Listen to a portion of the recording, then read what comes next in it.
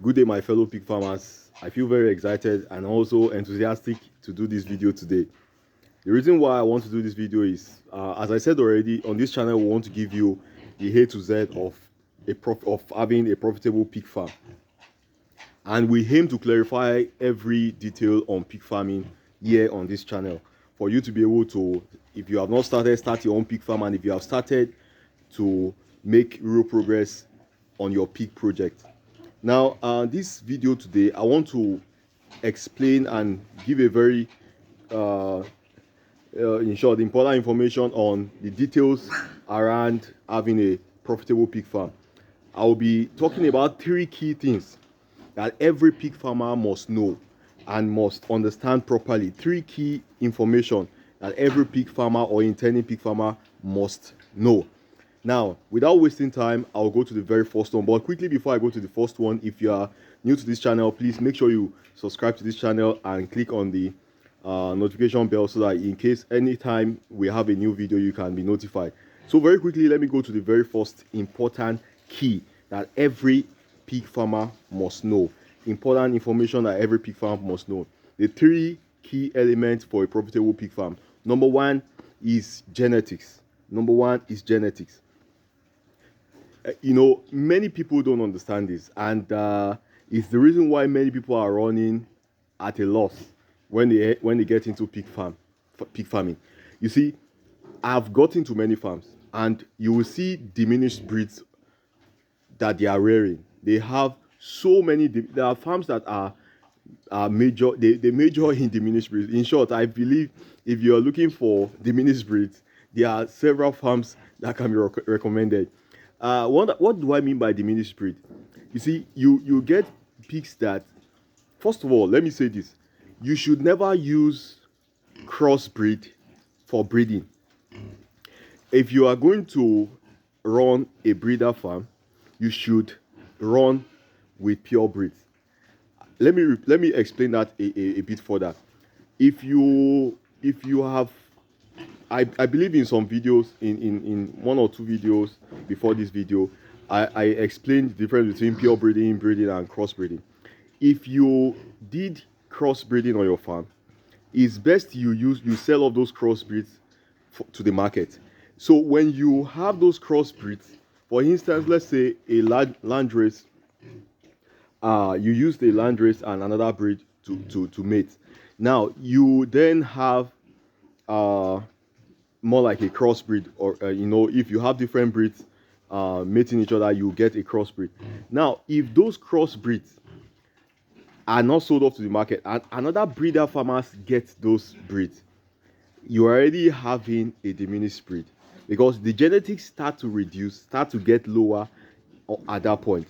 And that's the reason why so many people are not having their desired success on their farm.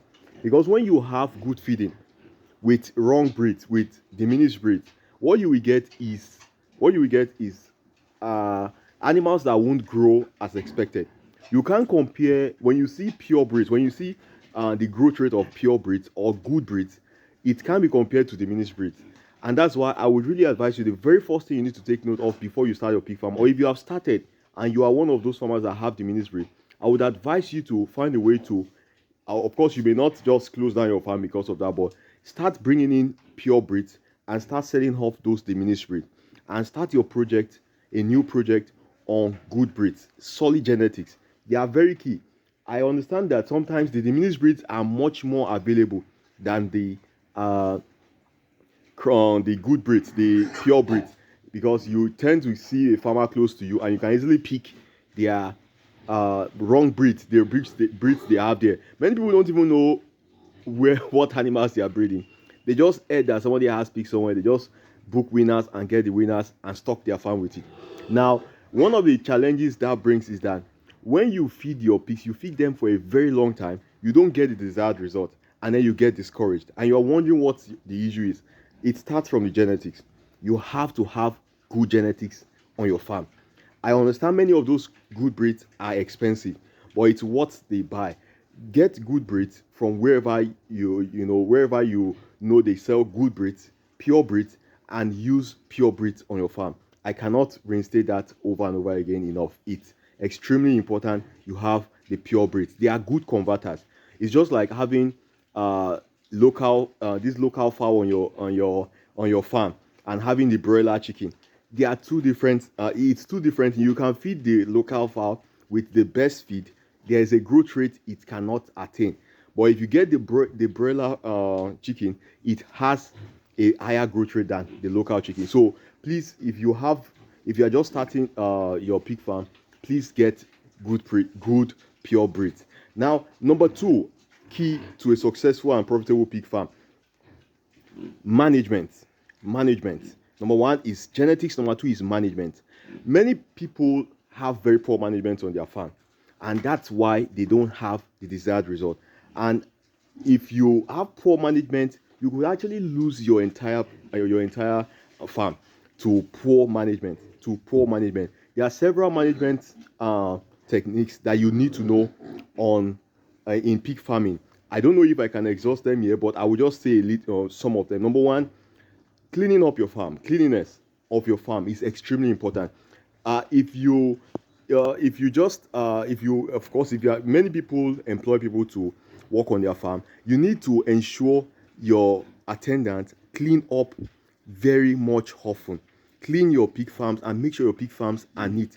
People are often they often say pigs are dirty, but people also say it's the owners that are dirty, because pigs are ready to be clean if you make their house clean.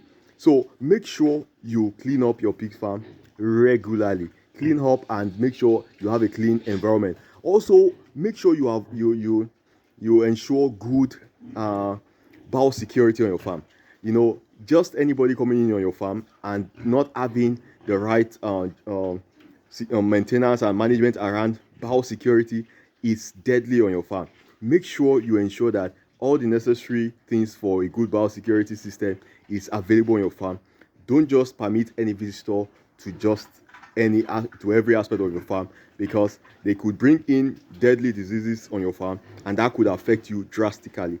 It could bring your pig project to if you don't lose all your animals, you may have to spend so much in ensuring that you don't lose all of them. So please ensure you always maintain good biosecurity. That's part of the aspect of management, and also making sure that you have a good system that cools off your pig. That's all under management. Like, you need to understand that pigs don't have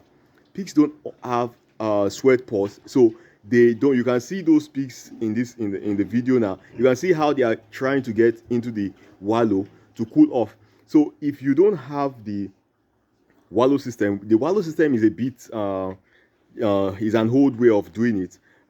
It's not the modern way of doing it. A lot of people go with the shower system or use the hose system to cool off the pigs.